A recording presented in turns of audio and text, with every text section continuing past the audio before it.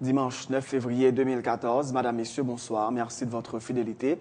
Bienvenue dans ce nouveau numéro de Pulsation Week-end. À la une de l'actualité, dans une entrevue à la Voix de l'Amérique lors de sa visite officielle à Washington, le président Michel Martelly s'est dit favorable au cumul des mandats pour un chef d'État. Pour cela, il faut que la Constitution soit amendée, a-t-il indiqué.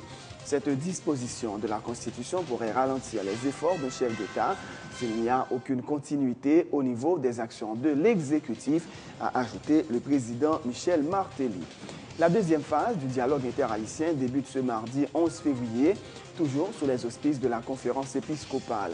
L'un des conseillers du chef de l'État, l'ex-sénateur Yuri Latortue, dit souhaiter que les partis politiques et le président trouvent un accord autour non seulement de l'organisation des prochaines élections, mais également sur l'amendement de la Constitution.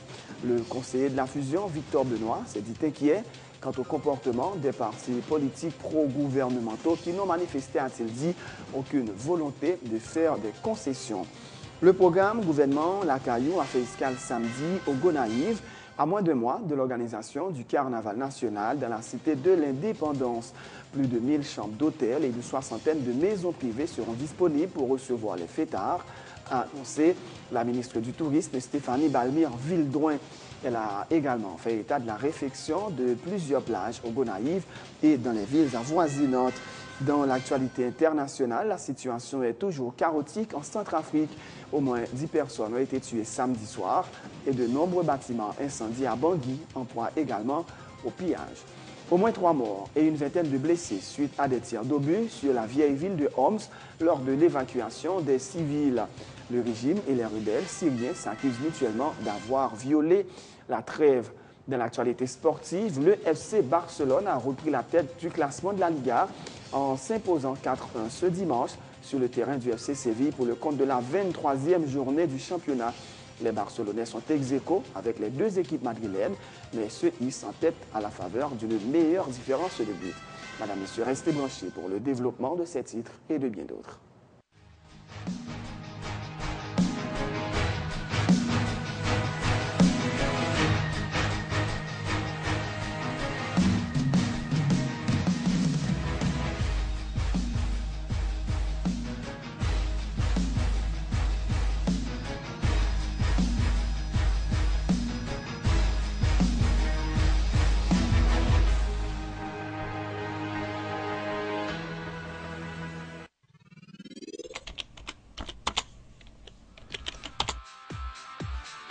Bienvenue à cette édition d'Information Pulsation, l'essentiel de l'actualité de la journée. Merci de votre fidélité. Bienvenue dans ce premier numéro de Pulsation Week-end.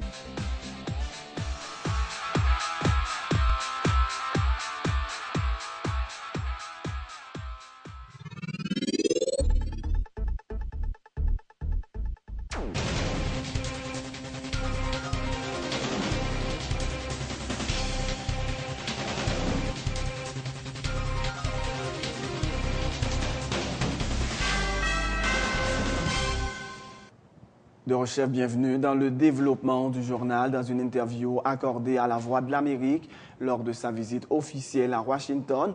Le président Michel Martelly s'est dit favorable au cumul des mandats pour un chef d'État. Pour cela, il faut, reconnaît-il, que la Constitution soit amendée.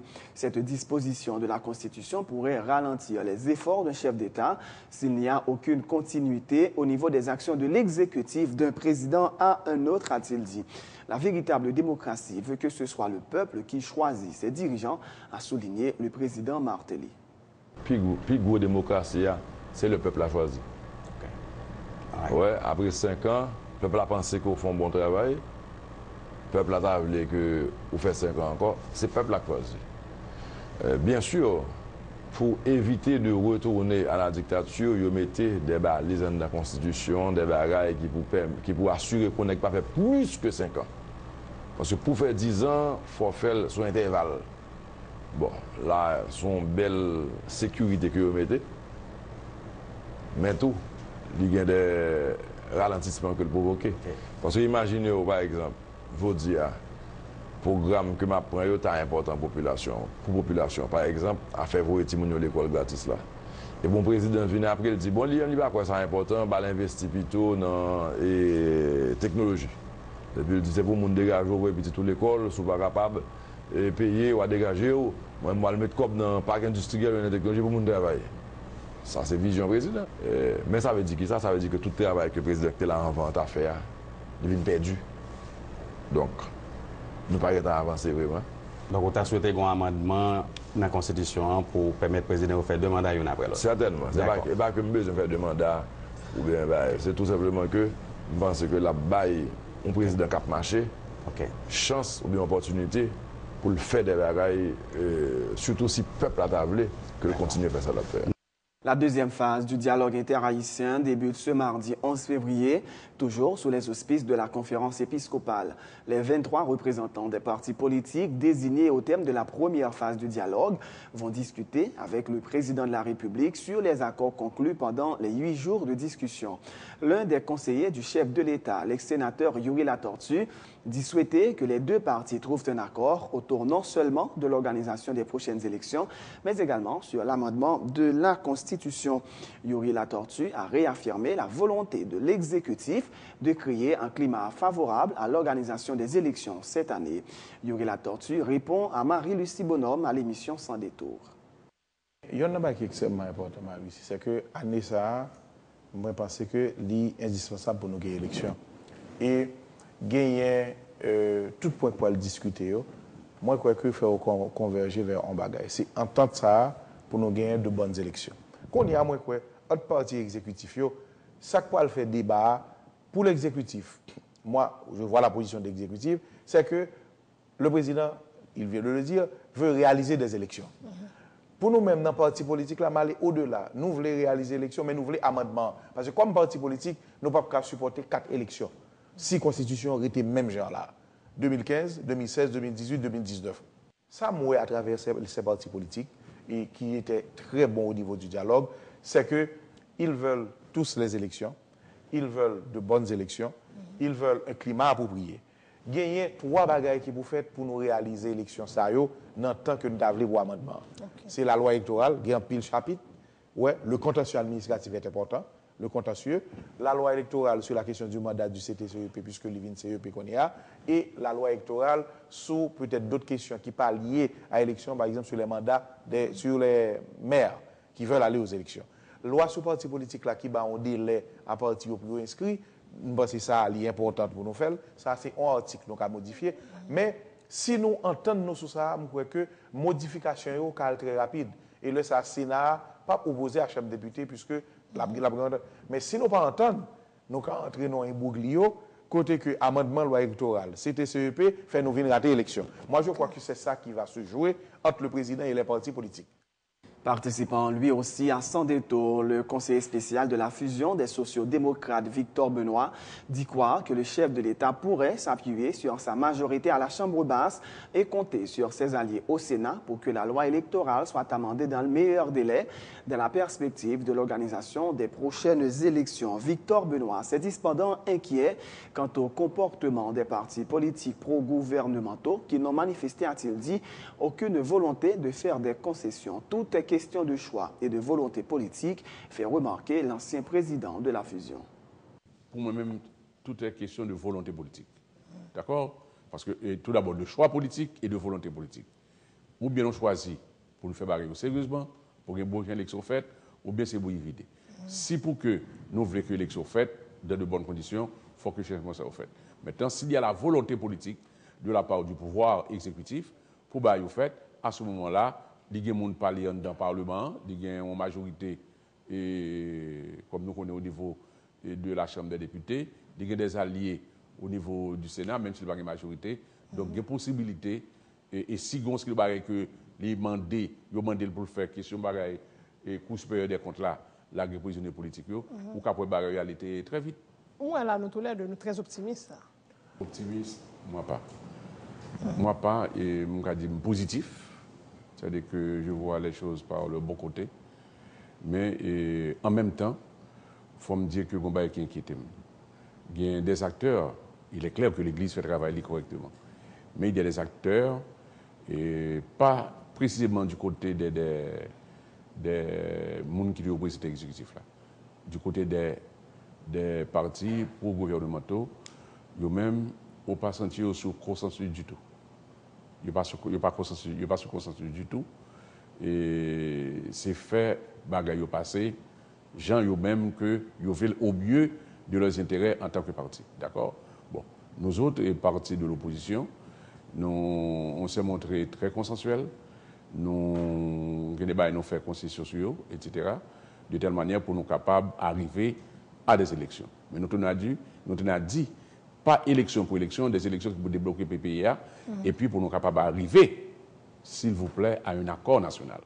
Le sénateur Steven Benoît dit souhaiter que le document qui sera servi de base des négociations avec l'exécutif soit paraphé par les partis politiques ayant pris part à la première phase du dialogue. Dans le cas où ils seraient en désaccord avec certains points du texte, ils devraient donner des arguments solides pour justifier leur position, a-t-il dit. Le parlementaire est plutôt satisfait des résultats des 8 jours de discussion à El Rancho. Tout 20 ou 25 points nous entendons sur eux. Donc, 23 personnes que nous choisissons là démocratiquement, ils vont défendre document. Ils vont pas défendre parti politique, non? Ils vont défendre document devant le président avec conseil, devant le gouvernement la semaine prochaine. Donc, je suis très satisfait. Encore une fois, je dis, nous, dans la démocratie, il y a quelques participants qui étaient un peu déçus. Nous comprenons ça, parce qu'ils n'ont pas choisi pour y aller en 20 ans. Mais dans tout pays, dans toute assemblée, dans tout quartier, toujours il y a une ou deux personnes qui ont choisi pour faire un travail. Donc là, apparemment, nous prenons des gens qui paraissent plus dynamiques, qui plus capable de défendre le document. Et c'est comme ça. Même dans l'école, si il y a 50 personnes, il y a une cap premier, il y a une cap 23e, il y a une cap 50e. Donc je dis à moi, journée très bien passée. Et où il n'y a aucune défection dans celle-là. Toutes 54 parties, malgré des petits cafouillages de 15 minutes, tout le monde était jusqu'à la dernière seconde. Et on espérait, apparemment, vendredi, l'on a signé un document, apparemment, le fait vendredi, l'on a signé un document, toutes 54 parties là, président là, le Sénat là, la Chambre des députés là, les partis politiques là, les observateurs de la société civile là. La nouvelle rencontre ça, qui va le faire avec les représentants des partis politiques et exécutifs là, qui voit le Parlement pour le jouer? On demande à l'observateur encore une fois, mais pas oublier, document parlementaire là tout, faut moi-même porter le bord devant parlementaire en bas, député Georges l'a porté devant député pour nous-mêmes tout, nous endosser le document pour le vendredi prochain. Le map signé pour ne pas attendre aucun député dit ou sénateur dit, il n'y a pas d'accord avec le document. Vous avez un représentant ici à tout, dans nos rencontres avec le président, qui va l'imaginer. Tous les 5 membres, même ça, 5 membres, même je m'appelle pour le Parlement, c'est rapporter tout ça qui fait là, même tout, pour prendre note, pour porter tout ça par le président, pour mardi, le président vient là pour le pas dire, pas de connaître. Monsieur Sarogien pour prendre document, tout ça que dit là, plus document final là pour le président. Pour le président, le vient là pendant le week-end, il y a 30 documents, mais il faut scanner, il faut le président de Washington dans la président Lille. Et mardi après-midi, il vient là, il y a pénétré document, et nous espérons la dire d'accord à tout ça qu'on donne, mais si il y a un point pas d'accord, la dit pour ça pas d'accord là-dedans. Le mouvement patriotique de l'opposition démocratique ne regrette aucunement sa décision de ne pas participer aux discussions. C'est ce qu'a indiqué Dunois Éric Cantave, membre du comité de pilotage du MOPOD, qui intervenait à son détour. Il est très pessimiste quant à l'aboutissement du dialogue et déplore une fois de plus le refus du gouvernement de libérer des militants de l'opposition considérés comme des prisonniers politiques. Nous-mêmes, nous sommes partis avec des préalables pour nous participer dans le dialogue là. Nous avons dit, pour que l'exécutif la prouve bonne foi, nous pensons que une série de bagailles qui ont été faites avant le dialogue là, pour nous être capables d'envisager une participation active, patriotique dans le dialogue ça. Ils ne sont pas occupés.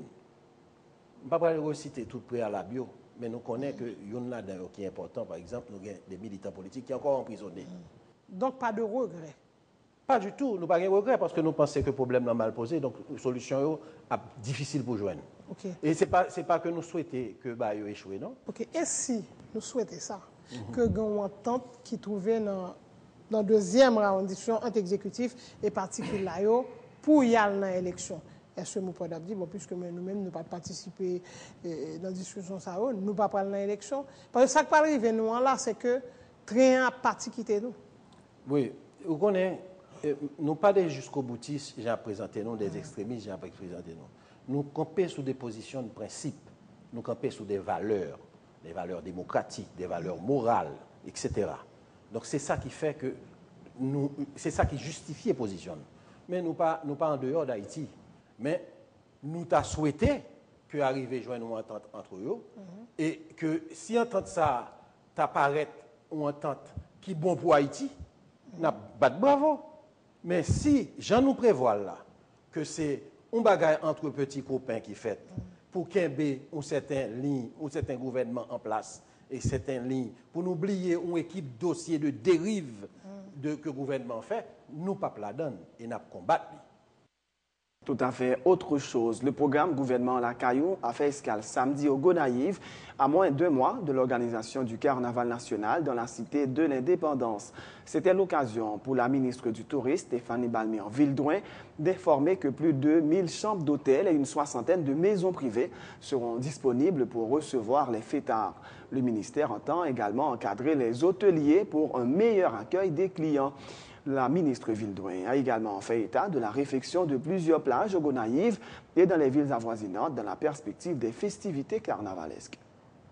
Le carnaval a annoncé en toute couleur dans 3 semaines, dans Gonaïve, et finalement c'est tout département qui pourra bénéficier du carnaval ça, retomber carnaval ça. Ça nous a fait au niveau du ministère du Tourisme, c'est que d'abord nous avons fait un inventaire de nombre de chambres d'hôtel. Et nous prenons saisi qu'on est que dans le département Artibonite, nous joignons 1016 chambres l'hôtel. Nous mettons un département de réservation, l'ancienne délégation, pour que les gens les département de réservation et pour qu'ils joignent information sur qui hôtel qui gagne disponible toujours. Il y a des ateliers, nous travaillons avec eux, il y a des ateliers qui vont commencer semaine ça pour nous préparer employés hôtel ça pour bien recevoir carnavalier pendant la période carnavalesque et Jean opérateur te dit c'est pas un bail qui va arrêter seulement pour carnaval là, nous allons faire tout à long terme pour nous continuer à mettre des ateliers pour en place, des ateliers de formation. Et on l'autre initiative tout que nous te prend et pense que c'est positif pour ça qui gagne des cailles que vous voulez louer là, au niveau de Gonaïve. Nous avons un inventaire de plus d'une 60aine de maisons qui sont disponibles à être louées. Donc, ça a intéressé tout carnavalier pour au lieu à l'hôtel, il y a louer des cailles qui sont disponibles. Sous chaud, nous allons mettre bloc sanitaire, nous allons faire assainissement, toits sociaux. Et on va qui est très important, il y a 4 bassins baignoires que nous allons réhabiliter complètement avec table pique-nique que nous allons mettre sous bois. L'autre 2 plages que nous allons assainir et commencer aménagement, c'est Gonaïbo Beach et Fontainebleau, qui tout près Gonaïve. L'idée en tout, c'est que le matin, le carnavalier au fin fêté, pendant la journée, il aller dans le site pour dépenser, pour amuser autour dans différentes régions. Programme spécial pour Gonaïve, il n'est pas là seulement pour carnaval, il va continuer après carnaval pour nous continuer à aménager site dans toute zone ça, toute région ça, qui va gagner, Jean-Premier ministre l'a dit, le monde entier va les yeux tournés vers le département de l'Artibonite.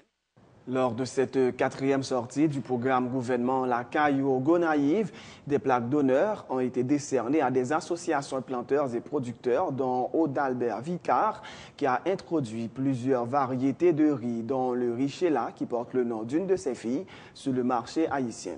Audalbert Vicard, qui a remercié le gouvernement pour son soutien, parle de son expérience et de ses découvertes.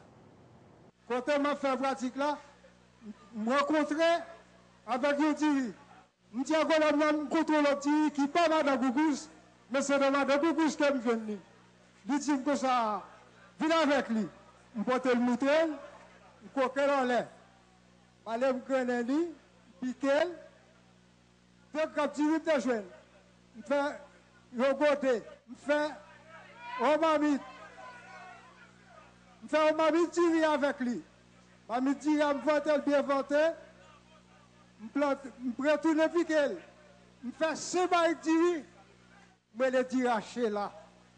Ok? Ici, tellement bon pour moi, je vais continuer. Je contrôle la variété encore. Je le bêta. Ça, c'est le premier petit point. Je continue avec lui toujours, je marche. Je ne la tire encore. Public là, elle est ça, son chelda. Pour gens qui ne parlent pas là.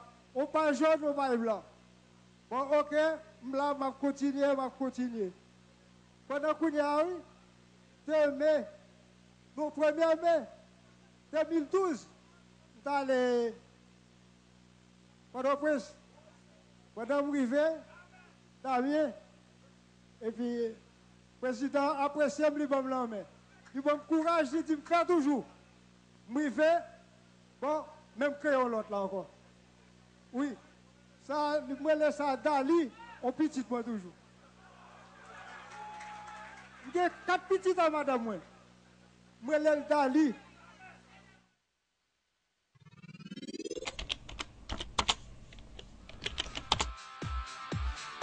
Bienvenue dans cette édition d'Information Pulsation, l'essentiel de l'actualité de la journée. Merci de votre fidélité.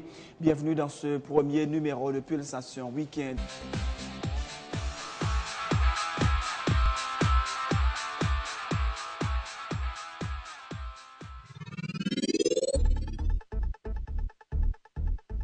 C'est la fin de ce journal. Juste avant de vous quitter, voici le rappel des titres. Dans une entrevue à la Voix de l'Amérique, lors de sa visite officielle à Washington, le président Michel Martelly s'est dit favorable au cumul des mandats pour un chef d'État. Pour cela, il faut que la Constitution soit amendée, a-t-il indiqué. Cette disposition de la Constitution pourrait ralentir les efforts d'un chef d'État s'il n'y a aucune continuité au niveau des actions de l'exécutif, a ajouté le président Martelly. La deuxième phase du dialogue interhaïtien débute ce mardi 11 février, toujours sous les auspices de la conférence épiscopale.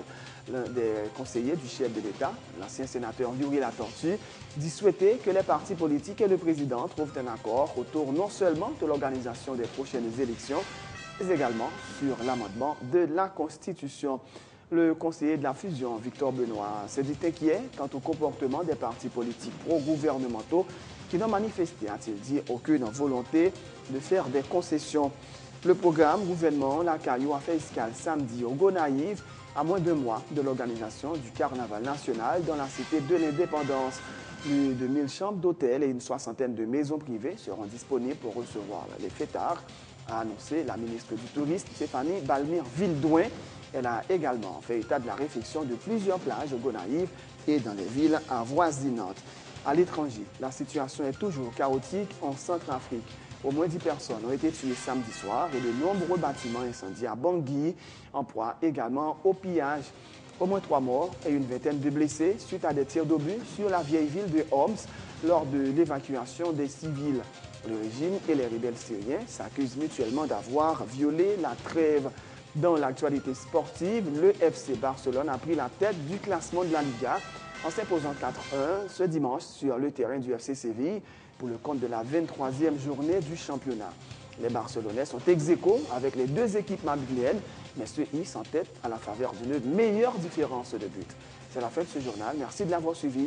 Bonne suite de programme sur Télé Pluriel.